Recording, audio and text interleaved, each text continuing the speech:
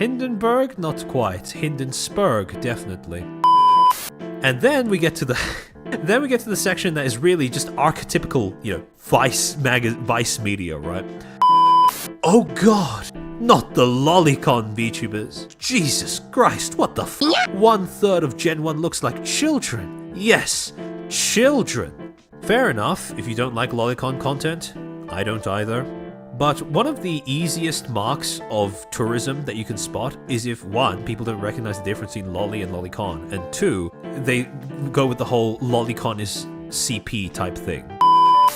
Everyone knows Emmy and her fellow lollipop star, Icy Snowpaws, are leaning into lolicon viewership. One Redditor even said he was, quote, thankful for that, because there was not a whole lot of lolly VTubers that actually leaned heavily into that fetish. Source? You're gonna talk about somebody calling herself a lolly, but you're not gonna talk about this supposed random Redditor that they're making the content for? You're not gonna link to where you got that one from? My source is that I made it the fuck up. I think that comes across incredibly hypocritical, coming from Vice Media in particular. Because, as many of you may remember, not too many years ago, Vice tried to do a hit piece on not just anime, not just lolicon, but the entire manga industry in Japan as a whole, inside the pedophilic manga industry in Japan, where he tried to equate all of lolly with, pedophilia, and saying that manga was so problematic because all of it was, CP. However, nothing is so emblematic of the stance that Vice has taken than this article that was published in Vice by the same journalist who made that fucking hit piece, titled, "He abused kids for 24 years. Now he wants manga sexualizing children to be banned." Ah yes, there's nothing wrong with, platforming pedophiles. Manga is where I draw the line. The more someone seems to, throw a hissy fit over lolicon and manga, the more likely it is to come out that they are either a pedophile themselves, or at least they have dabbled in owning CP. And, funnily enough, this is a trend that Vice themselves become infamous for leaning into, because for all of their hue and cry, all of their bawling about manga and lolicon, and how the Japanese manga industry is so pedophilic, Vice has proven themselves to have absolutely no problem platforming and even excusing genuine pedophilia. That's quite big. Impressive. A pedophile opens up about being targeted by vigilantes. A child rape victim on why society should be more empathetic to pedophiles. Most child sex abusers are not pedophiles, expert says. I think that expert should be stripped of their accreditations, but whatever. I spent a year living with non-offending pedophiles. Does the pedophile next door need our help? Life's hard when you're a convicted pedophile. Oh, boo-hoo. Poor convicted pedophile and how hard their life is.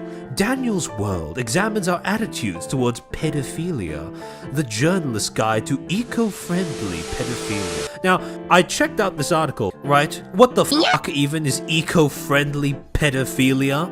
They went from talking about the inner workings of, cartel gangs to talking about fucking eco-friendly child diddling. Well, I don't know about you, but the only way I want pedophiles to be eco-friendly is after they've been put into a wood chipper, but whatever. To be clear, adults are performing these characters. That should have been where the paragraph ended, because once you establish that, nothing else matters. It's fucking fiction. Get over yourself. This is the other thing that kind of pisses me off, right? Whenever a publication like this publishes an abortion of an article like the one that Anna Valens put out, usually what that means is they assume that the person who got that article published is supposed to now be their default expert on whatever topic was being covered in the article. I mean, if you're going to Vice for VTubing news, I'd say that you have bigger problems than the standard of their journalism. Here are some examples of successful stories along these topics. Best you've ever had. Advice on the finer points of having great sex. A beginner's guide to squirting. How to talk dirty without feeling fake. How to enjoy masturbation more. How to train up your butt for acts of all kinds. The ins and outs of topping as a trans girl. A beginner's guide to sex. How to watch porn with your partner for the first time. I would imagine it starts with asking. Neurodiversity. Ah yes, if there's anything I want to know about more than just sex, it's autistic sex. I'm a real sucker for that Down syndrome sex. But in any case, I didn't need to know about any of this. Don't clip that. Don't clip that. I have Tourette's, and he's on the autism spectrum. Here's how we have sex. Okay, you mix an autistic person with someone with Tourette's. It's not like you've just invented a new kind of chemical compound or element. They're looking to make their ultimate megazord of autism. Autist sex. More autistic than your average sex. How can you take this seriously when you have fucking headlines like "A Guide to Eye Fucking, the perfect way to flirt from a distance"? What, this wasn't about the iPad? Shush, hush, Inario. Not now, not here. Also followed by how to discuss fun crushes in a relationship without anyone getting jealous. How to flirt on dating apps without wanting to throw your phone in a toilet. Easy. Just don't get on the fucking app. It's a rough industry to exist in for people without a foot fetish. We fight through surviving every single day. But in any case, Billy? Here's where we get into the real interesting sections though. Because after you go through all of those various categories and stipulations as to what kind of articles Vice actually does want in their publication, you have one little section where Vice finally names what they don't want in their publication. Ooh, that's kind of small. Yikes. In my mid-20s, I was writing about Overwatch heel sluts, and it's the first time I've read someone use the term heel slut in what is supposed to be a work of published journalism. But in any case, Overwatch heel sluts and VR anime porn from the outside looking in. The following section is going to have as little edits as possible. You're welcome.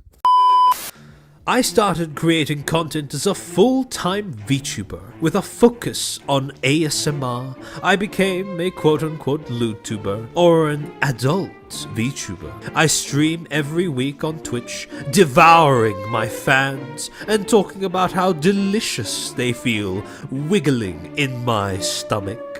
My ASMR content stars me in various roles, from giantess goddess to monster girl force feminizer, seducing nerdy girls and showing them the magical world of yandere futanari breeding kink. My brand can best be described as, quote, lesbian futanari giantess succubus, end quote.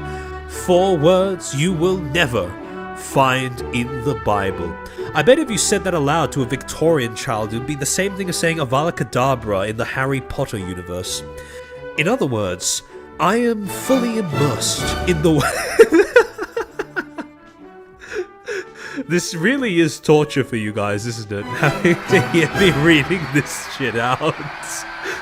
Tell me how this is better than Lolly. That is an excellent question, Kendra. I'm sure the scientists and theologians alike are still trying to figure out how that is the case up until now. Oh. This is bad fanfic level? I wouldn't even bother calling it fanfic. I think it's just bad.